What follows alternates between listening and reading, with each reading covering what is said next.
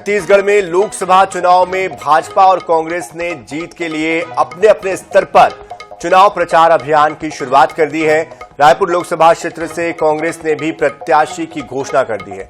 दोनों ही प्रमुख पार्टी के प्रत्याशी किस तरह से चुनाव प्रचार कर रहे हैं, देखिए इस रिपोर्ट।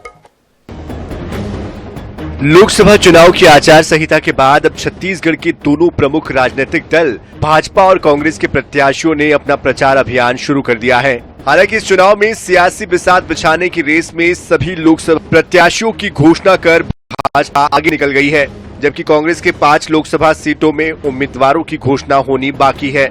इस चुनाव में भाजपा केंद्र और राज्य सरकार के कामों को लेकर जनता के बीच जा रही है। साथ ही मोदी के चेहरे और मोदी की गारंटी को लेकर पार्टी आशान्वित है। वहीं कांग्रेस नई रणनीति के तहत लोकसभा चुनाव में स्थानीय मुद्दों को हवा देने का काम कर रही है। रायपुर लोकसभा से बीजेपी के प्रत्याशी बृजमोहन अग्रवाल लगातार लोकसभा के क्षेत्र में दौरा कर रहे हैं। सभा और पार्टी के कई कार्यक्रमों के जरिए प्रचार में जुट गए हैं। वहीं कांग्रेस प्रत्याशी विकास उपाध्याय भी चुनाव को लेकर पूरी तरह सक्रिय हो गए हैं। विकास उपाध्याय पार्टी के कार्यक्रमों के साथ क्षेत्र में जनसंपर्क तेज करते नजर आ रहे हैं।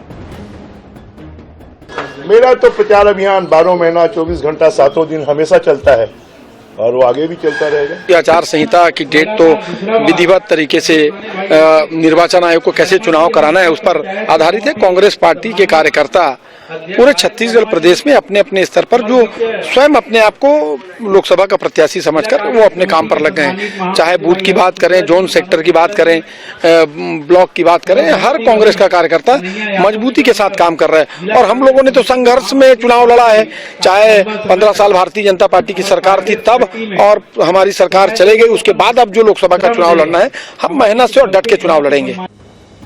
बीजेपी लोकसभा चुनाव में मोदी के चेहरे और मोदी की गारंटी के दम पर चुनाव लड़ रही है। कांग्रेस महंगाई, बेरोजगारी, ट्रेनों की लेट लतीफी और रेलवे में सुविधाओं की कमी जैसे मुद्दे उठा रही है। हसदेव अरण्य के मुद्दे को भी जोर शोर से उठाने की रणनीति कांग्रेस ने बनाई है। अब देखना होगा कि चुनाव में जनता को कौन और क्या मुद्दे रास आते हैं। रायपुर से INS 24/7 के लिए स्वप्निल गोरखेड़े की रिपोर्ट।